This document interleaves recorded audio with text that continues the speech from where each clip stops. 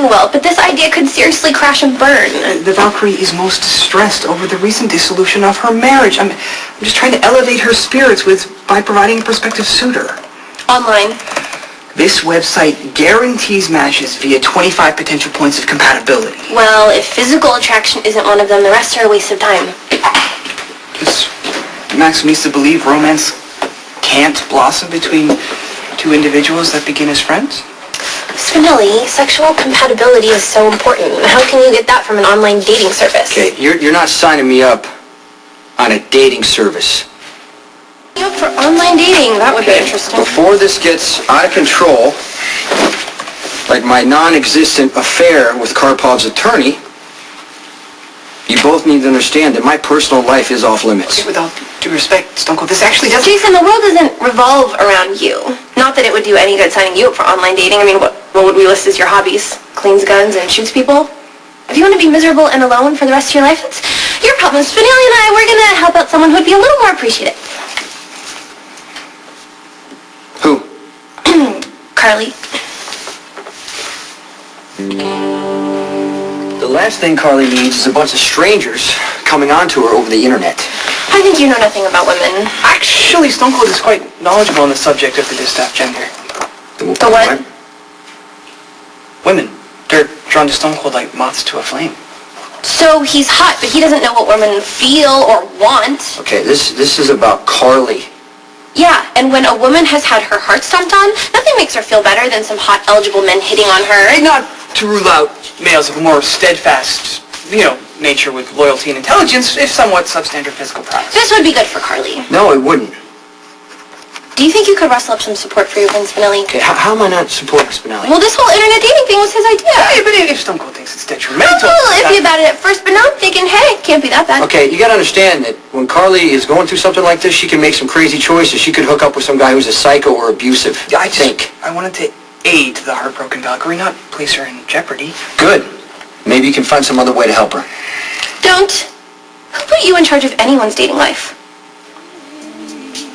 Bullying Spinelli into thinking he's making a horrible mistake. Hey, what are you talking about? I just told him not to sign Carly up on an online dating service. Who says you get to dictate what Spinelli does or doesn't do for Carly? Max means you not rally to the Jackal's defense so vociferously. I'll be as vociferous as I please. Just because Spinelli and Carly put up with you doesn't mean you get to dictate their love lives. If you guys are determined to do this, talk to Carly. Don't do it behind her back. That is a suggestion worth contemplation. And please do it somewhere else. I have an appointment.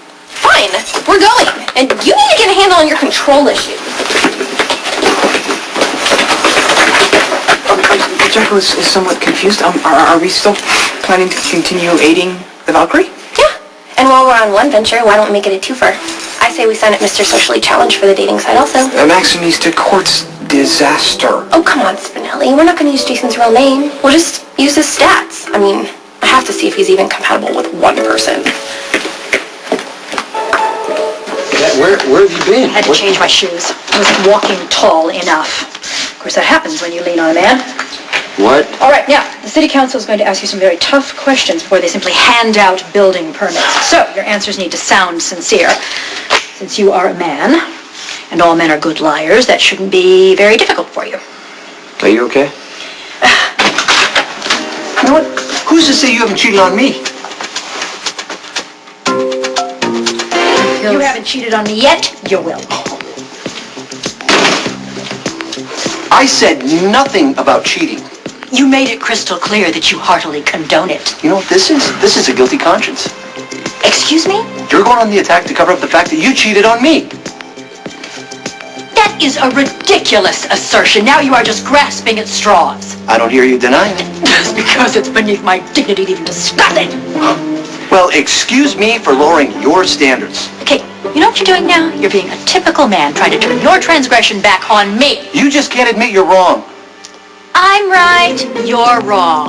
That is a tactic used only by the desperate. There you go again, doing what you always do, treating everything like it's some kind of legal argument. Well, I'm sorry. If you find my manner overbearing and abrasive, you should have spoken up months ago. Okay, both of you. Stop now. Look, I don't know what's going on I'll tell you what's going on. What's going on is Mr. G and Betty willing to trade in a mature, career-driven, intelligent woman for a cheap 20-something in a tight sweater. You'd rather be with the boss than the flunky. No wonder why you didn't want Kate to marry Mr. C. You probably wanted them all for yourself. That is patently absurd. All Mr. C's lady lawyers eventually fall for him. Me? Attracted to Sonny? I've never been so insulted in my life! Okay, maybe I... But you know what, Max? Now that I think of it, you bring up an excellent point.